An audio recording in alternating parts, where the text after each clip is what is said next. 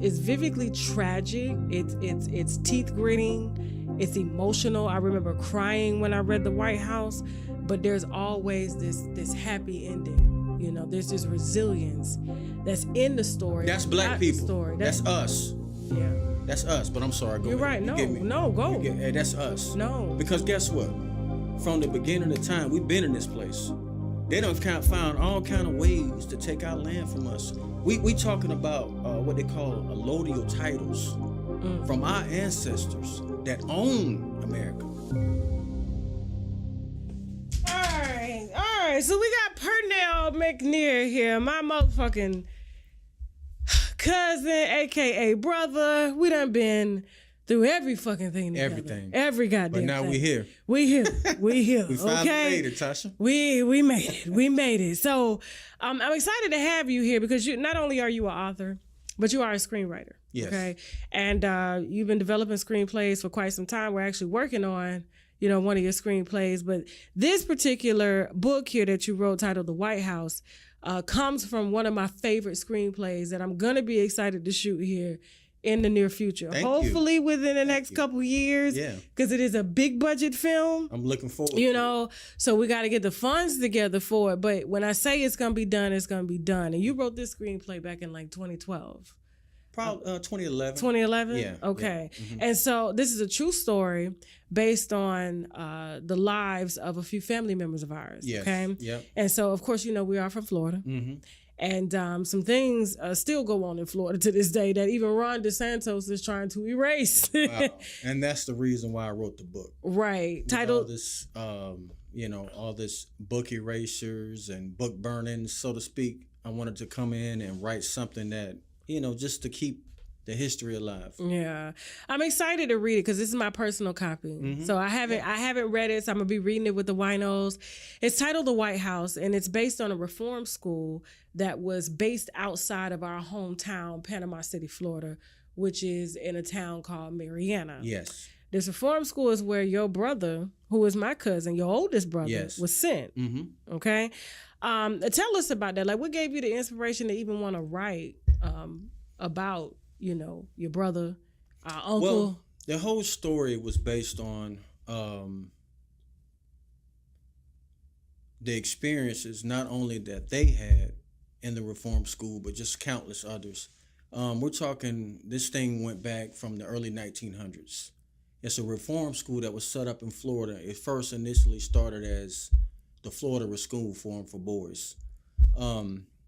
It's been going on since. But for blacks only, right? It wasn't for blacks only, but the majority of the kids who got shipped there were black. They would come in and pretty much kidnap these kids and charge them with vagrancy laws, smoking cigarettes, skipping schools, not having a job. This was part of the acts that they put in place to pretty much take young black kids off of the streets. Okay. And what they were doing was they would take them and put them in these schools and just forget about them.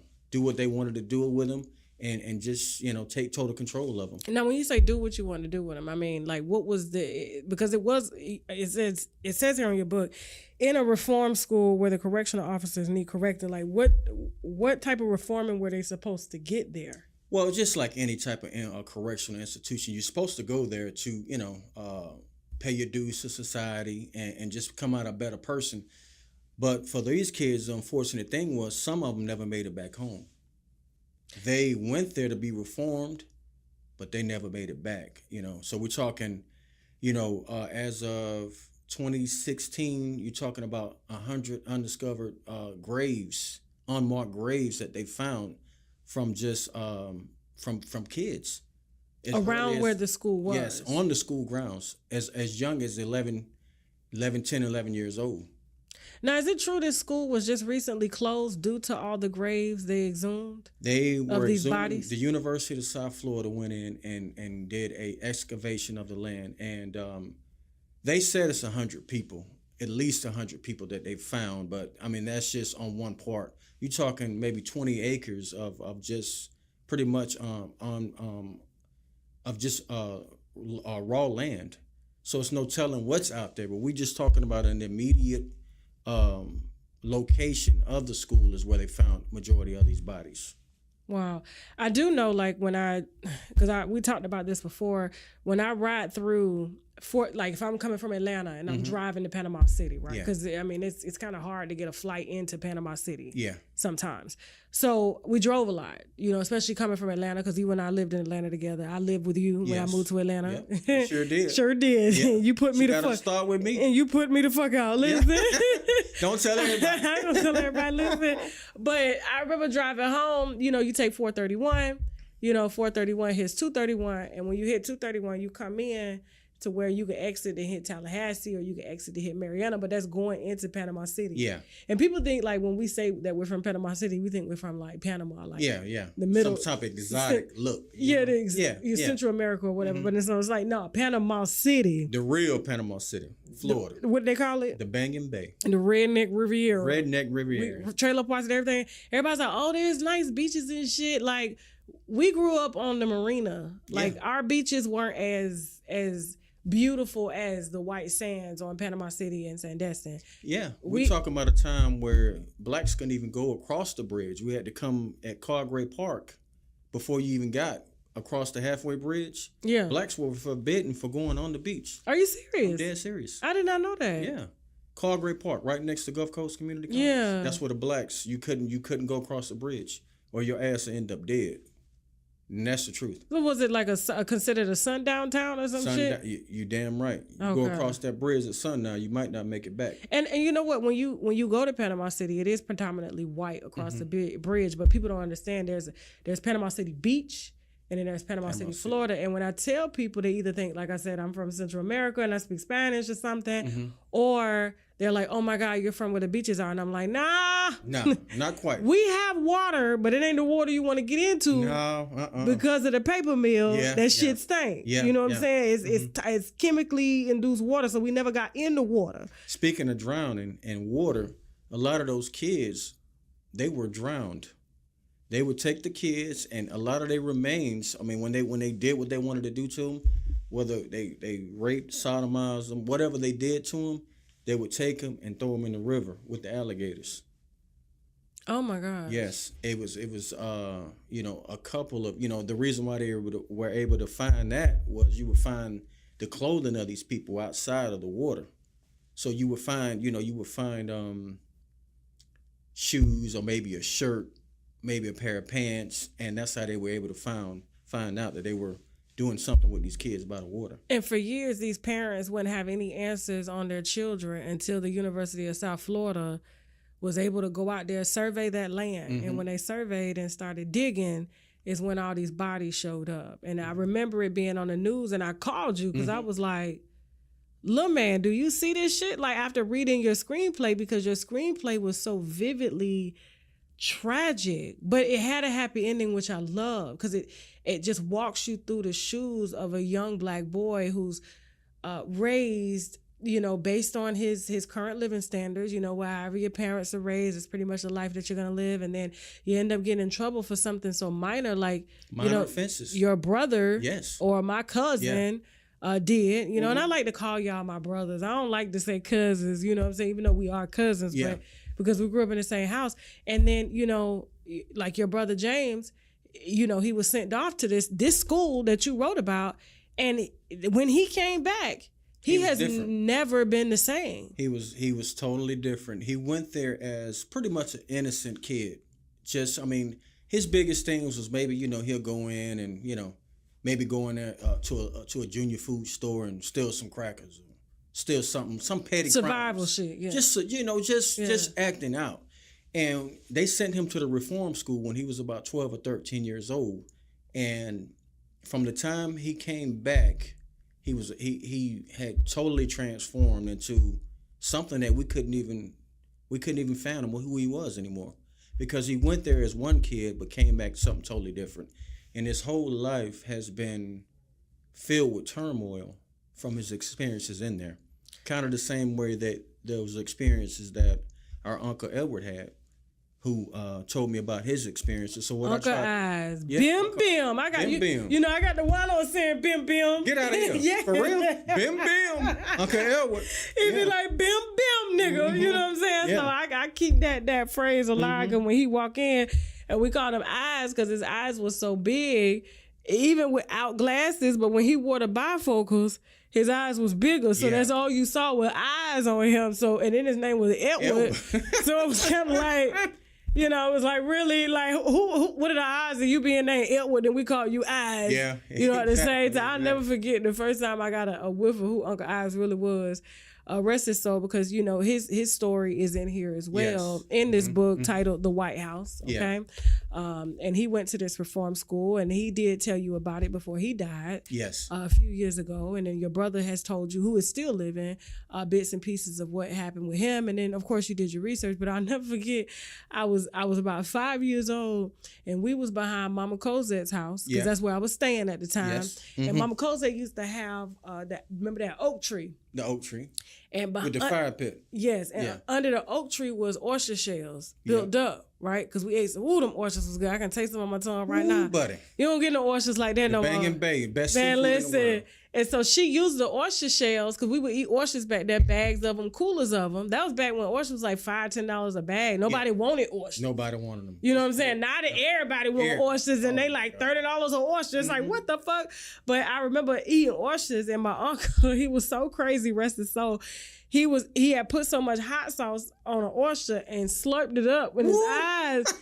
And Lee, you know, Lee said, you know, my auntie, she was like, Elwood Eyes, you eating that damn oyster like you eating a bloody ass pussy. Woo. He said, I do that too, bitch. I was like, oh, nah. I'm 5 years old. And I'm like, auntie, well, what's a bloody pussy? Oh, you know? my God. Yeah. And she said, you'll know one day. And the crazy thing is, from all those experiences, you got a lot of his traits, man. Everybody say that. Everybody. The stuff that you be talking about with no filter, that was him all the way, man. He would say something, you couldn't bring nobody around him. He would say something and be like, can you believe this Joker just said that? He met Shaq for the first time. I married Shaq before I took him home. Yeah. I was going to have a wedding, but then when we started planning a wedding and them niggas started fighting and your mama, auntie, my mama was saying, Mama, I love you. Diane, Ellen, Diane, Howard, McNair, go ahead. I could not bring Shaq in her house because he was from Africa. Wow. She said, don't bring that African in my motherfucking house. Ooh. Put some salt by the door. They do that motherfucking roots. And I'm like, what? So I'll never forget, I took him to my mama house, and I was like, hey, y'all, this is my husband. Uncle Eyes walk in, and he, you know, he tall. He got that goddamn bow-legged, because he walked like a cowboy. You know what I'm saying? 'Cause he was so tall and skinny. That's him, yeah. And he came in, I'm sitting on the couch, and he was like, hey, nigga, hey. And Tasha, who the fuck is this nigga? Like, he looked at him, I was like sitting up like, oh God. I was like, I did not warn him. It's like I warned him about the family, but I didn't warn him. Yeah. And guess who's coming to dinner? Guess who's coming to dinner? He was like, I know this nigga. I seen this nigga on the Discovery Channel the other night. All he had on was some motherfucking leaves. God. And he chased the line for 3 days. Then he has this lady walk in behind him. It wasn't my auntie Mary that he was married to. Yeah. But he was like, and shit, let me tell you something. I want to introduce you to my new bitch. And she walked in, she was like, hey, y'all. She was big as a house with a only thing she could wear was a skirt because she couldn't wear jeans. You know what I'm saying? Yeah. But Lord rest his soul. And a lot of people do tell me that, like, I have his spirit, his personality. Really yeah. But he was the funniest to me, like... We was this. You took on a lot of his personality, his spirit, and look at it. His spirit is still alive. It is. It is alive in this book, and that's why I'm so honored to like present it to my viewers, because it kind of gives them a piece of us and where I come from and where you come from and what our family, some of the struggles that they've gone through. And that's what you loosely wrote this book on, was, why it is that, our family has gone through so much and what makes us so different and unique, and, the stuff that and it's not just our family, but it's the majority of, I don't even like to use the word black. Right. But a lot of us have been through so much trauma in our lives that we just find ways to cope and manage. You know what I mean? So Right. what I wanted to try to do is be, as a self-published author, I didn't have any filters. I could just go in and just be as candid and as raw as I wanted to be. That's true. And that's what I tried to convey in this. So it's a little gritty, but it's the honest opinion about what happened. So, it's just, I'm glad and I'm honored to be able to have had that privilege for him to speak to me directly before he died and told me about his experiences. And I had no idea that he went through that much turmoil in that school. And he was able to share a lot of those details with me. And so what I did was just, create characters based off of his experiences and my brother's experiences. And that's what you're going to get when you get out of this book. Wow. I can't, like I said, I can't wait to read it. This is my copy. So That's your personal. I got my autograph copy, and I'm proud to be, to be able to give a platform to someone as close to me. Like, you're my brother. There's nothing you don't know about me. Tasha, we have, for the winos,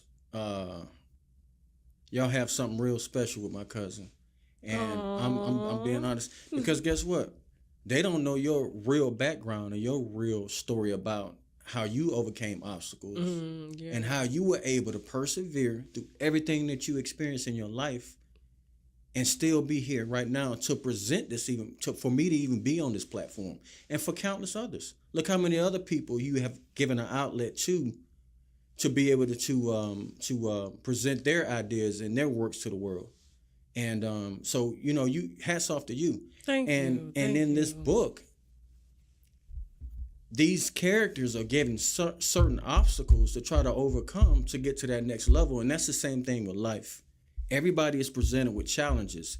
It's what you do to get over those challenges to get on to the next level. And I hate that our governor is trying to erase a lot of our history. He doesn't even want our children to learn about that. And he doesn't understand Ron DeSantis, and that's what I'm speaking about specifically. Tasha, we ain't gonna say his name. He don't even deserve it. But they need to know, because he's gonna go down in history for this, for the only person that wants to erase history. And it's like, how do we have a foundation for life? We have a foundation because we have people who are telling the truth, who have been through it, who's walked in the shoes, who hasn't overcame, and that's what we use in order to evolve as people. Yes. If we have no reference, how are we supposed to grasp life? Mm-hmm. You know what I'm saying? Yeah. It's kind of like when we have books like these that you wrote. These are our ancestors speaking. Writing is so spiritual because you're pretty much taking on a spirit that doesn't exist, so to speak, in the physical. Mm-hmm.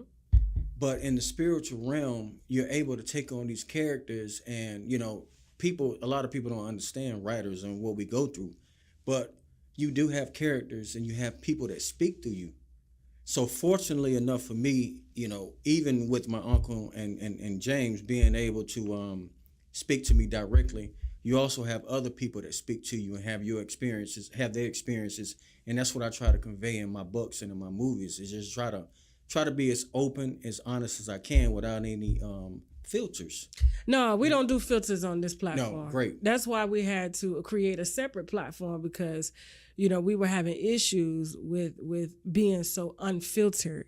And that's life. People want the truth. They do. And here's the thing.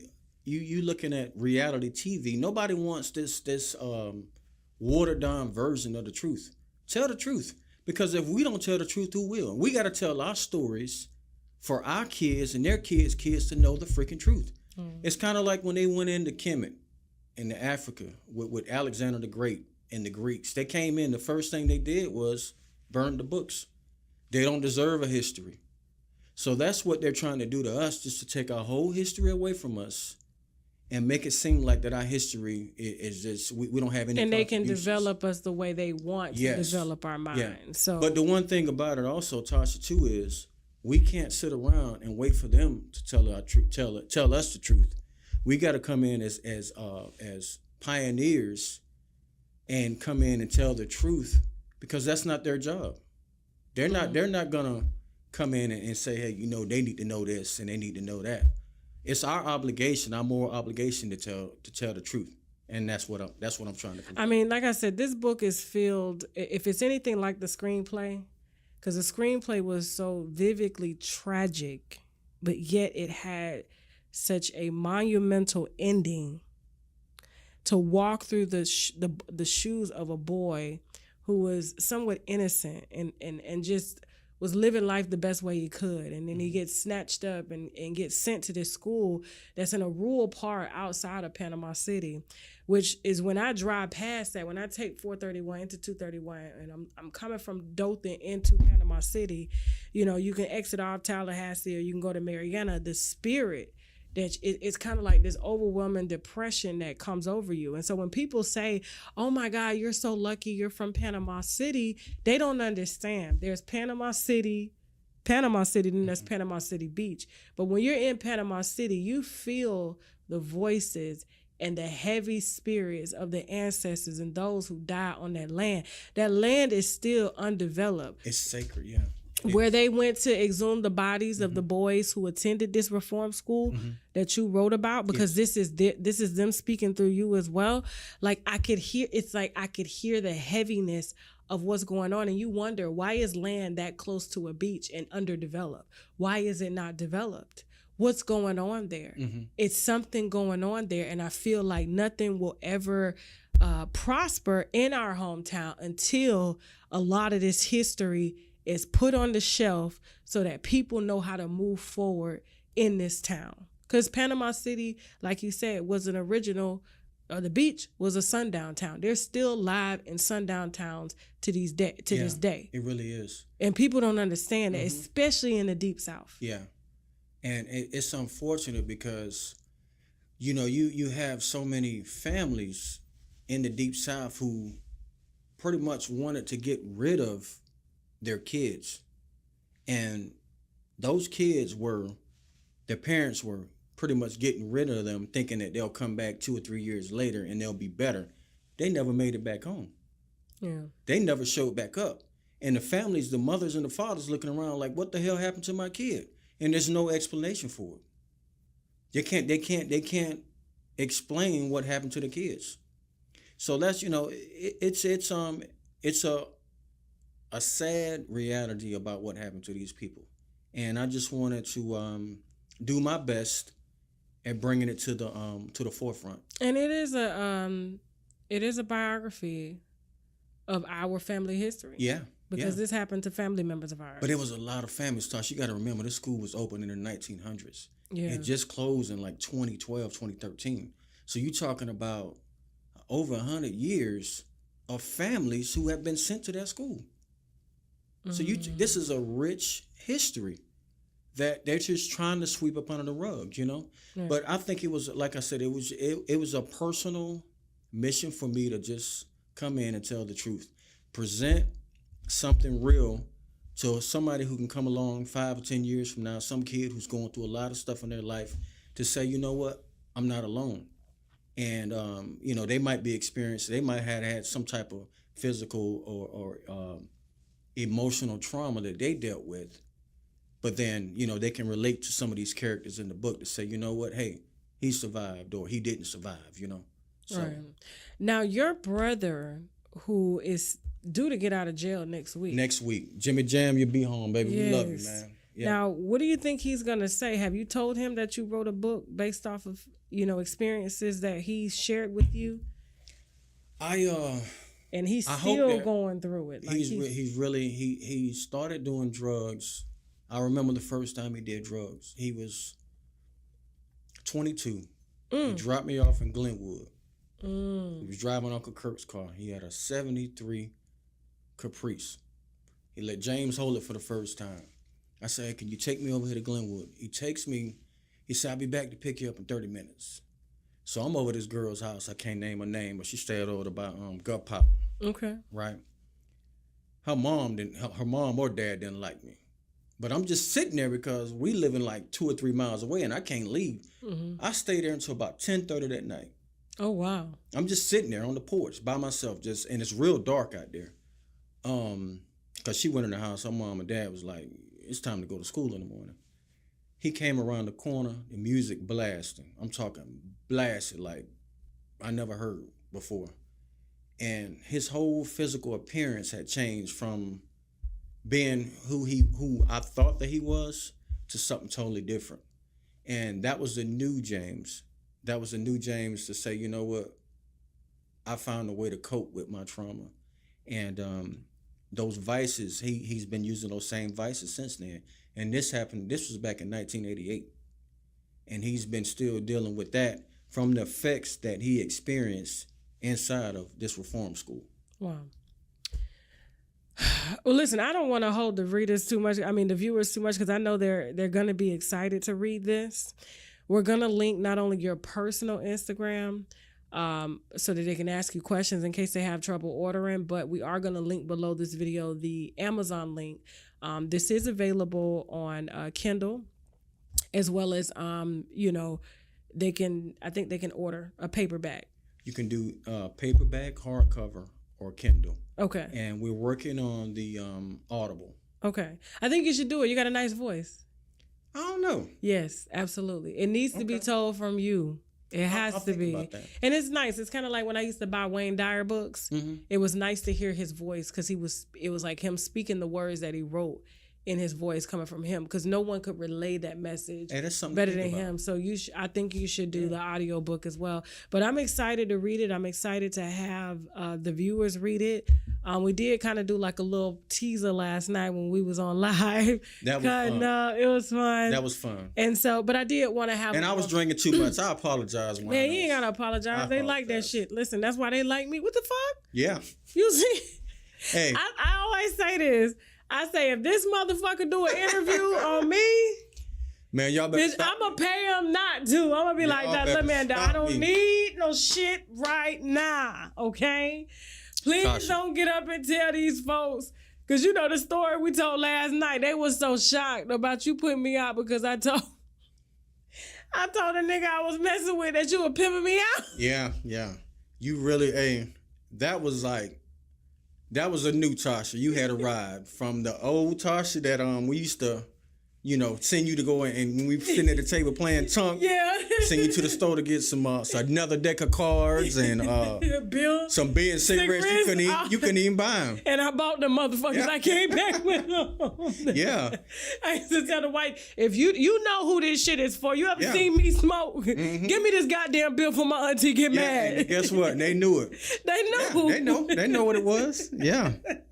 But when you did that, it was like, man, oh my God. I'm like, Tasha, I'm about to go. I'm about to leave Atlanta. He put me the fuck out of the house. And I just had to lie. I mean, the nigga I don't know what he was going to do. He was going to stop paying my bills. So I was trying to figure out why it was that he found all them niggas' phone numbers in my phone. We're not gonna mention his name. But, nah, hell no. No. But he showed up on you, and I was like, he was like, why you got all these niggas' phone numbers in your phone? Because he was paying my phone bill. Yeah. I ain't know people had the capability of looking at phone numbers. You know what I'm saying? And he was long distance, and he was like. I said, well, I just moved to Atlanta. I ain't got no money. So my cousin thought it was a good idea that I sell some pussy to get the rent paid. Tasha. No, and I ain't never saw no pussy in my life. I'm telling you, man, when that man showed up at the house, I'm thinking, this brother just showed up in the middle of the night, 12 o'clock, and I'm thinking he coming to drink a beer, but he came to straight and clean the house, man. That was when he asked me to move up there with him. I'm taking you with me. I was like, no, you ain't. And you was fresh to Atlanta. Atlanta was live. Atlanta was live. It was like right after the Freaknik shit going on. Atlanta was I came right 2 years after they had stopped Freaknik. Yeah. I came. And I was hoping to get into a Freaknik. I was like, God, bitch, they would have caught me on top of a car too. Ooh, buddy, it was live. Oh man! Yeah. Listen, everybody got a pass, but listen, but I'm here to save others from what I've gone through and from what our ancestors have gone through, and even family members in our life. But it goes to show you just how vivid his book is, and just how much is in here that needs to be told. Okay, and I'm like I said, I'm honored to even do this. You know what I'm saying? Because our family has always been people. A people that people love to come around and be entertained. It was always our houses that was hosting the parties, the cookouts, the, you know what I'm saying, the card parties, things like that. People wanted to be around us. They didn't have that going on at nobody else's houses. And over there, we would hear the best stories. And that's the thing. We would bust the bus jokes. Everybody is suffering. And it was organic. Yes. It was not orchestrated. It was just reality. And it was love. And we laughed about our pain. The pain, that's the whole thing behind it. People want to hold this shit in. Nah. You know what I'm saying? Yeah. You got to let it out. It don't matter. We as indigenous Americans, we have been through so much from our ancestors all the way down to where you just got to shake your head and just motherfucking keep fighting. Yeah. You know what I'm saying? And the outlet was just love. It was just, you know, everybody wanted to be just like, look at your platform. Yeah. Look at you. People come to you because you have that energy. You got that love. They just want to come in. How could you get, it's hard to get 5 people in the room in person, but you pack them in every Friday night because you got that spirit and that aura around you. And it's a beautiful thing. I'm just Tasha. That came from Uncle Eyes that's in this book, though. Uncle Eyes, Uncle Jeffrey, Uncle David, Bim, my mama, Diane, yes. your mama, Auntie, Lee, all of them. Yeah. Mama Cosette. Yeah. Ola Gaines. Yeah. We're going to get to talking now. I'm telling you. Boyd Green. I just hope they don't never come from the grave and tell my motherfucking business. And guess what? They already tell you. They ain't got to tell it. You telling it. I do tell it. I do. They be like, Tasha, what the fuck did you just say? Ain't no secrets with me, though. For real. I tell it. It's hard to sit down and unwind everything that I've been through. You know what I'm saying? Yeah. And so it comes out whenever I'm reporting on a story. I always share an experience of mine. You know what I'm saying? And that's why people love you, because guess what? People have so much stuff going on in their life, but they don't have nobody they can relate to. You know what I'm saying? Yeah. So when you come in, people like, I've been through that. But here it is, somebody who has this fame and this notoriety, who's been through the same thing, and she's able to tell her stories, and we having that outlet to where you can live in humor and laugh about it. You can laugh. You know what I'm saying? With all the pain. And that's what I want people to do, is essentially, and that's what I love about the way you write, is like, it's vividly tragic. It's teeth gritting. It's emotional. I remember crying when I read The White House, but there's always this happy ending. You know, there's this resilience that's in the story. That's black people. Story. That's us. Yeah. That's us. But I'm sorry. Go You're ahead. right. No, go. That's us. No. Because guess what? From the beginning of the time, we've been in this place. They done found all kind of ways to take our land from us. We talking about what they call allodial titles from our ancestors that own America. You understand what I'm saying? We've been here. It's some people in our family that own 400 acres of land. But guess what? They done came in ways and came in and took the mineral rights from us. We still own this land. Yeah. You understand what I'm saying? But the whole thing behind it is, it's the fact that we have to keep fighting, man. We gotta keep fighting through these obstacles and all this adversity to get to the main objective.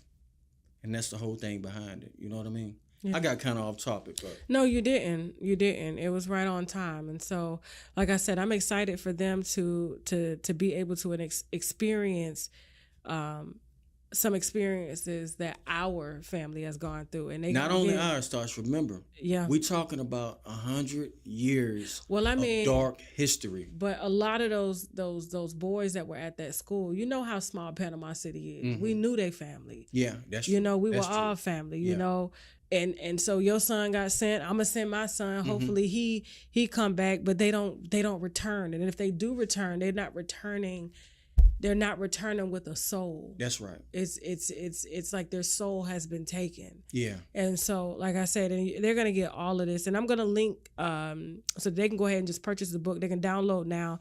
They can reach out to you on that book. Yeah. I can't wait for it to be turned. The screenplay is done. We're gonna work on the screenplay. Ready. This, like I said, out of all your screenplays that I've written. Because you actually wrote a screenplay about me, and it was tough to get through. Oh, my God. It was tough to get through because I was like, oh, my God. Atavism. It was so spiritually, like, I'm like, little man. He's like, did you finish it? I'm like, yeah, I'm going to get to it. But you know the whole thing, Tasha, to be honest with you, I saw the little girl in you when I started writing that. Every experience that you had was already it was predestined. Your arrival already had obstacles in place before you was even born. I believe that, of course.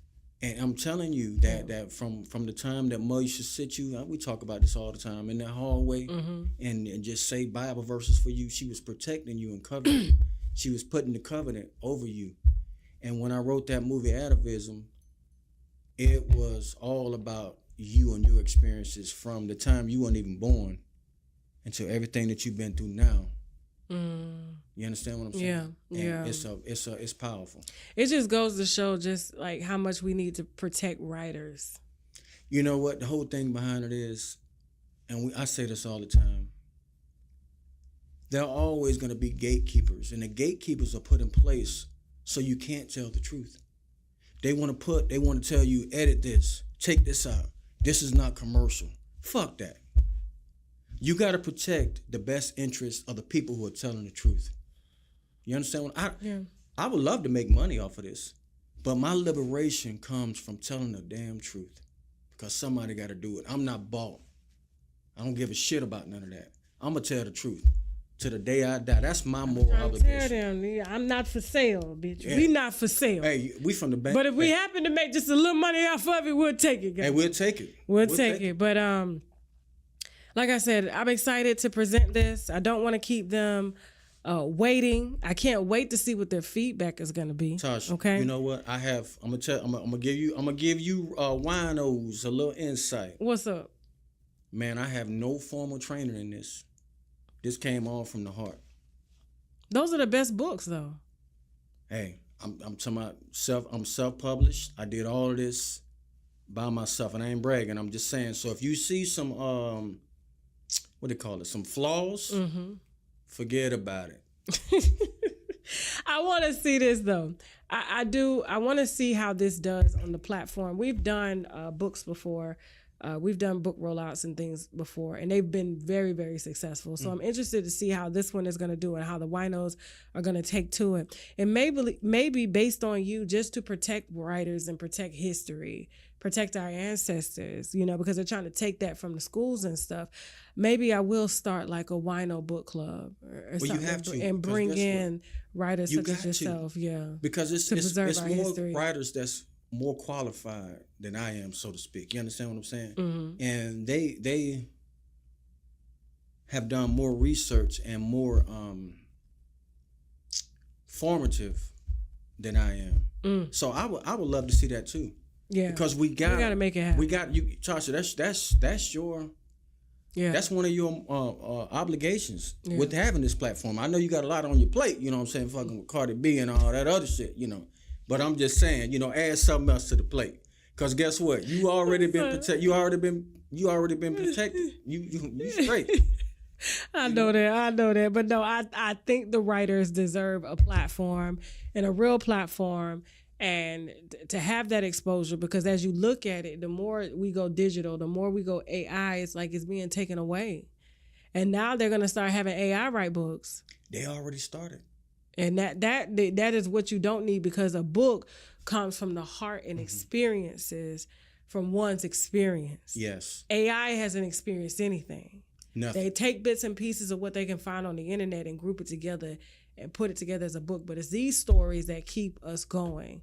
When you can relate to something that's real, something that's tragic, something that's vulnerable, something that's so gritty, you develop as a person, whether you want to or not, based off of the experience. And so that's exactly what I know they're going to get from this, because like I said, if it's anything like the screenplay, and I cannot wait to read this, I know that it's definitely going to liberate some motherfuckers today. Tasha, okay? And that's the whole objective behind it, because, like I said, the whole thing is this right here.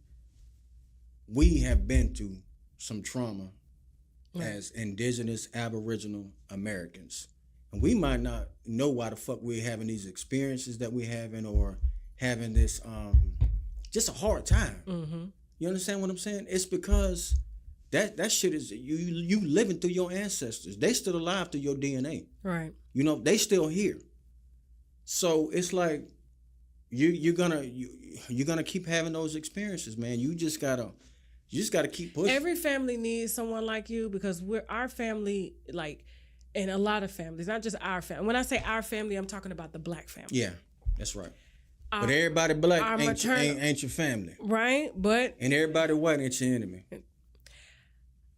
I'm sorry. No, you're good. Our ancestors are not living long enough to tell our stories. That's right. My mom died at 58. That's what I'm saying.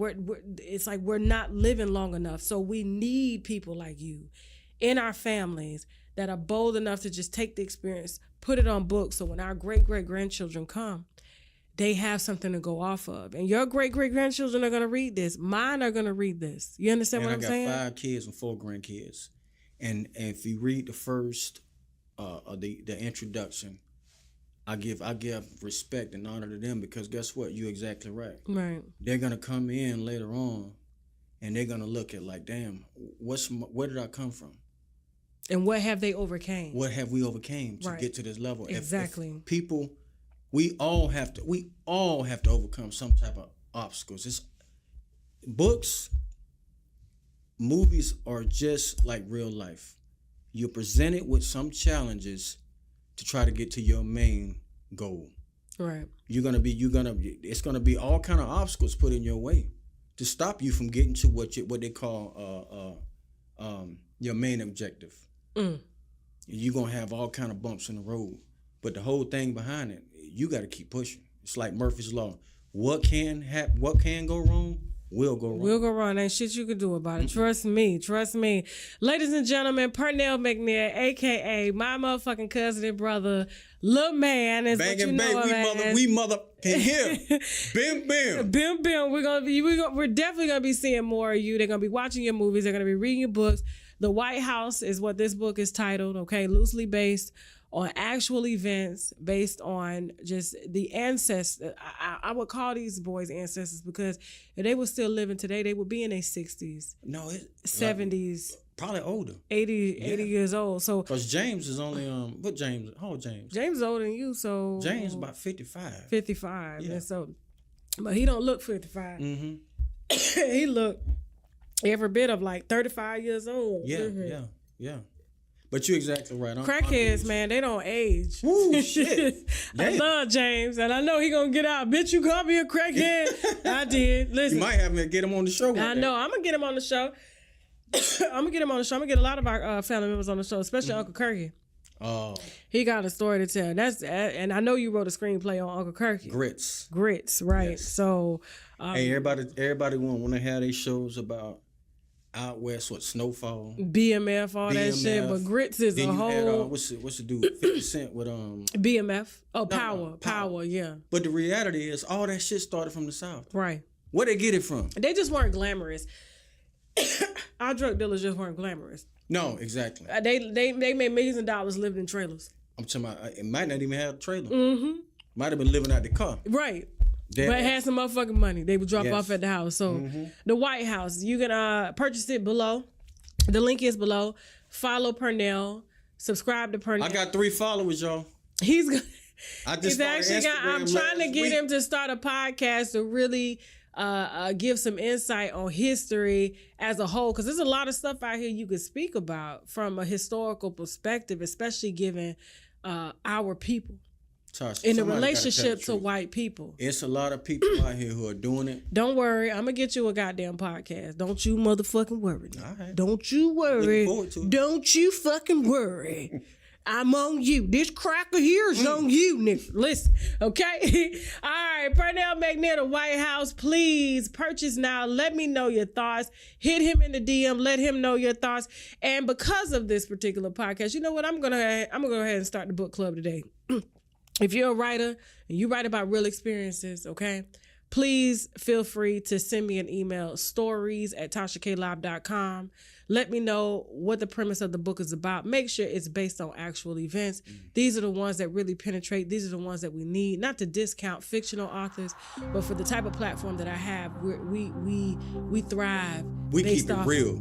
motherfucking real. And so we want reality. You understand what I'm saying? Yes. And that's what you're gonna get from this motherfucking White House, okay? Ooh, all right, viewer discretion is advised. And with that being said, look at that camera and say, now we got a motherfucking Now we got goat. the motherfucking go. Until now, bim bim. Bye. I love you, baby. Love you too. Thank you. Anytime. All right, Shaq. I hope this motherfucker work. Oh, yeah. Was that better? Yeah, it was nice. It was very nice. It was more to the point too, which is good. Hey, we're done. Can you come check the sound? Oh my God! Come on, Shaq, come through. We gonna beat his ass tonight. If he fuck this shit up, little man. I think this was better than the first two. We gonna beat his ass Bay County style. Oh my God.